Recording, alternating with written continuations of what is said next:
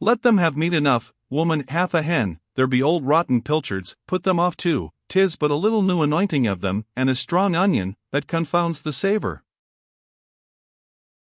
Love's Pilgrimage. The thunderbolt, which had stunned all who were within hearing of it, had only served to awaken the bold and inventive genius of the flower of Major's Domo. Almost before the clatter had ceased, and while there was yet scarce an assurance whether the castle was standing or falling, Caleb exclaimed, "Heaven be praised! This comes to hand like the bull of a pint stoup." He then barred the kitchen door in the face of the Lord Keeper's servant, whom he perceived returning from the party at the gate, and muttering, "How the deil cam he in, but deil may care. Micey, what are ye sitting shaking and greeting in the chimney nook for?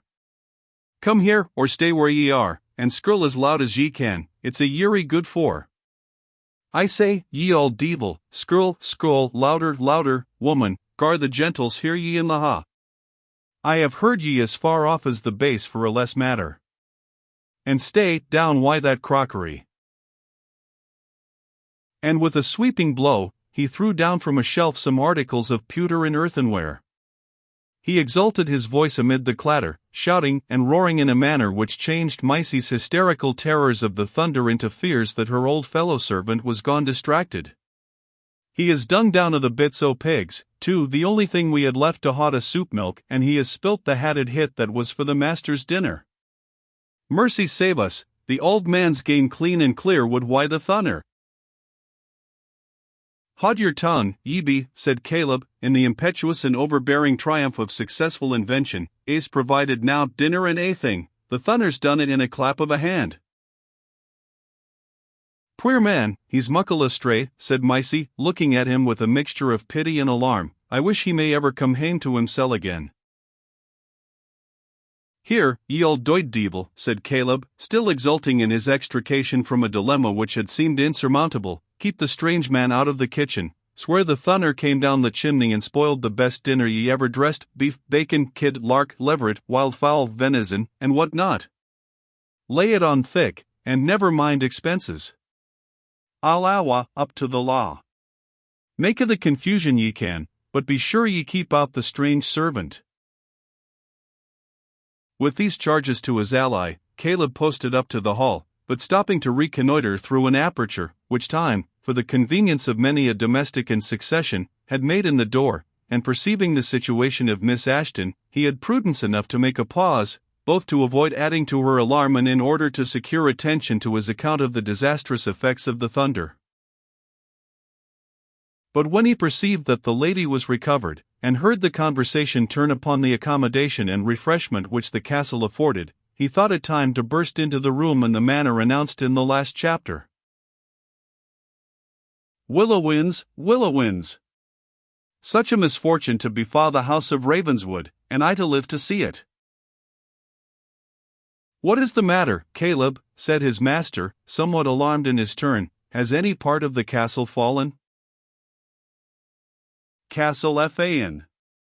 Nah, but the soot's Fan, and the thunder's come right down the kitchen lum, and the things are lying here they're like the Laird o' Hotchpotch's lands, and why brave guests of honour and quality to entertain, a lobe out here to Sir William Ashton and his daughter, and naething left in the house fit to present for dinner, or for supper either, for aught that I can see." "I very believe you, Caleb," said Ravenswood, drily. Balderstone here turned to his master a half upbraiding, half imploring countenance, and edged towards him as he repeated, "It was nae great matter of preparation, but just something added to your honour's ordinary course of fare, petty cover, as they say at the Louvre, 3 courses and the fruit." "Keep your intolerable nonsense to yourself, you old fool," said Ravenswood, mortified at his officiousness, yet not knowing how to contradict him, without the risk of giving rise to scenes yet more ridiculous. Caleb saw his advantage, and resolved to improve it. But first, observing that the Lord Keeper's servant entered the apartment and spoke apart with his master, he took the same opportunity to whisper a few words into Ravenswood's ear. "Haud your tongue, for heaven's sake, sir. If it's my pleasure to hazard my soul in telling lees for the honour of the family, it's nae business o' yours, and if ye let me gang on quietly, I be moderate in my banquet. But if ye contradict me, deal but I dress ye a dinner fit for a duke. Ravenswood, in fact, thought it would be best to let his officious butler run on, who proceeded to enumerate upon his fingers no muckle provision might hae served 4 persons of honour. First course, capons in white broth, roast kid bacon with reverence. Second course, roasted leveret, butter crabs, a veal florentine. Third course, blackcock, it's black enough now, white the soot, plumdamas, a tart, a flam, and some nonsense sweet things, and comfits, and that's a, he said, seeing the impatience of his master, that's just a was oat, for by the apples and pears. Miss Ashton had by degrees gathered her spirits, so far as to pay some attention to what was going on, and observing the restrained impatience of Ravenswood, contrasted with the peculiar determination of manner with which Caleb detailed his imaginary banquet, the whole struck her as so ridiculous that, despite every effort to the contrary, she burst into a fit of incontrollable laughter, in which she was joined by her father, though with more moderation, and finally by the master of Ravenswood himself, though conscious that the jest was at his own expense.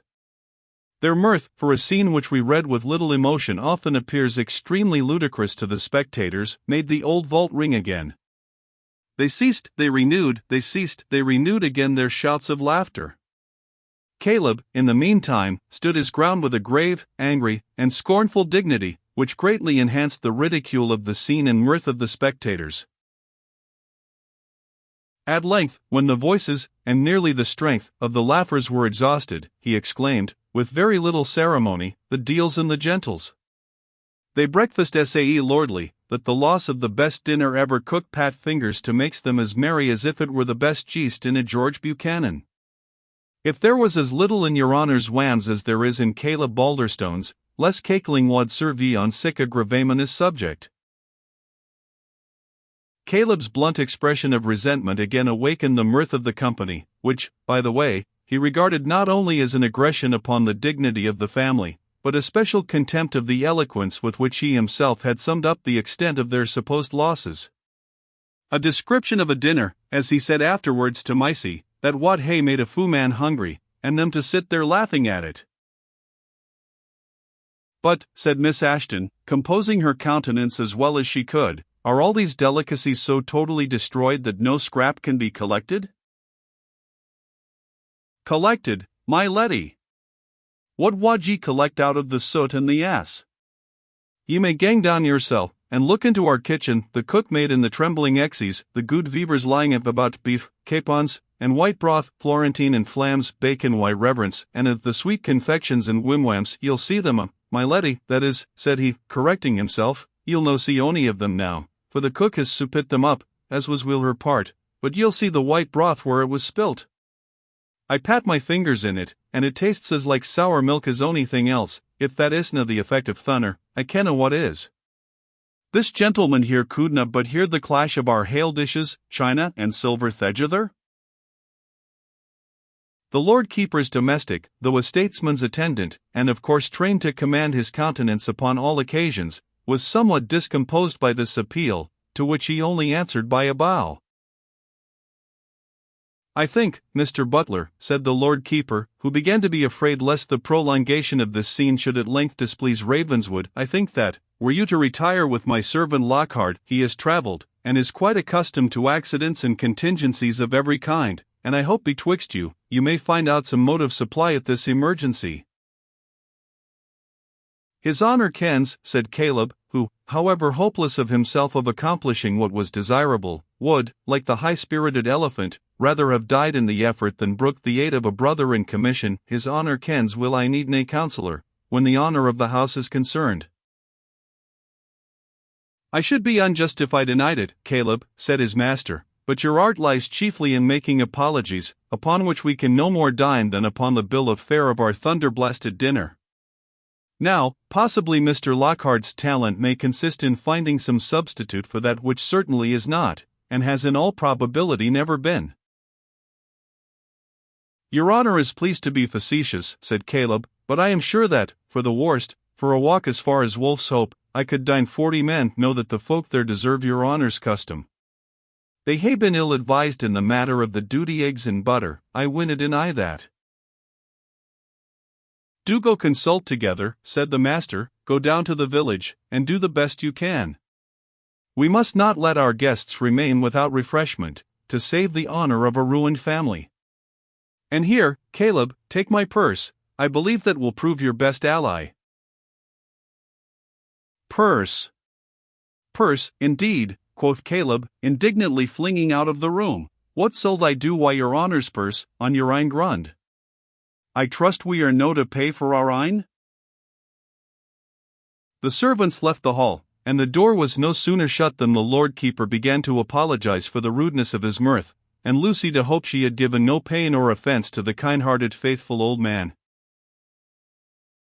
Caleb and I must both learn, madam, to undergo with good humour, or at least with patience, the ridicule which everywhere attaches itself to poverty. You do yourself injustice, Master of Ravenswood, on my word of honour, answered his elder guest. I believe I know more of your affairs than you do yourself, and I hope to show you that I am interested in them, and that, in short, that your prospects are better than you apprehend. In the meantime, I can conceive nothing so respectable as the spirit which rises above misfortune, and prefers honourable privations to debt or dependence. Whether from fear of offending the delicacy or awakening the pride of the master, the Lord Keeper made these allusions with an appearance of fearful and hesitating reserve, and seemed to be afraid that he was intruding too far, in venturing to touch, however lightly, upon such a topic, even when the master had led to it. In short, he appeared at once pushed on by his desire of appearing friendly, and held back by the fear of intrusion. It was no wonder that the Master of Ravenswood, little acquainted as he then was with life, should have given this consummate courtier credit for more sincerity than was probably to be found in a score of his caste. He answered, however, with reserve, that he was indebted to all who might think well of him, and, apologizing to his guests, he left the hall, in order to make such arrangements for their entertainment as circumstances admitted.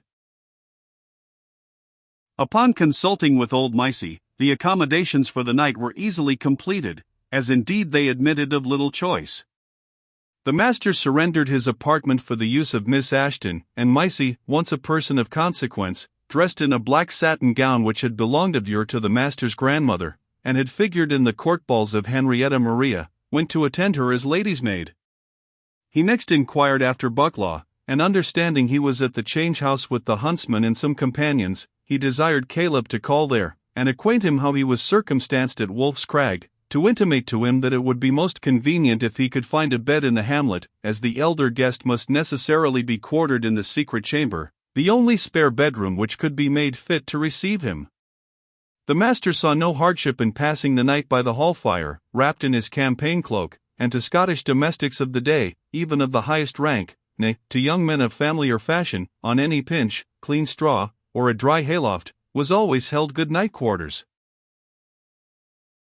For the rest, Lockhart had his master's orders to bring some venison from the inn, and Caleb was to trust to his wits for the honour of his family. The master, indeed, a second time held out his purse, but, as it was in sight of the strange servant, the butler thought himself obliged to decline what his fingers itched to clutch. "Couldna he hae slip pitted gently into my hand," said Caleb, "but his honour will never learn how to bear himsel in siccan cases." Micey, in the meantime, according to a uniform custom in remote places in Scotland, offered the strangers the produce of her little dairy, while better meat was getting ready. And according to another custom, not yet wholly in desuetude, as the storm was now drifting off to leeward, the master carried the keeper to the top of his highest tower to admire a wide and waste extent of view, and to weary for his dinner.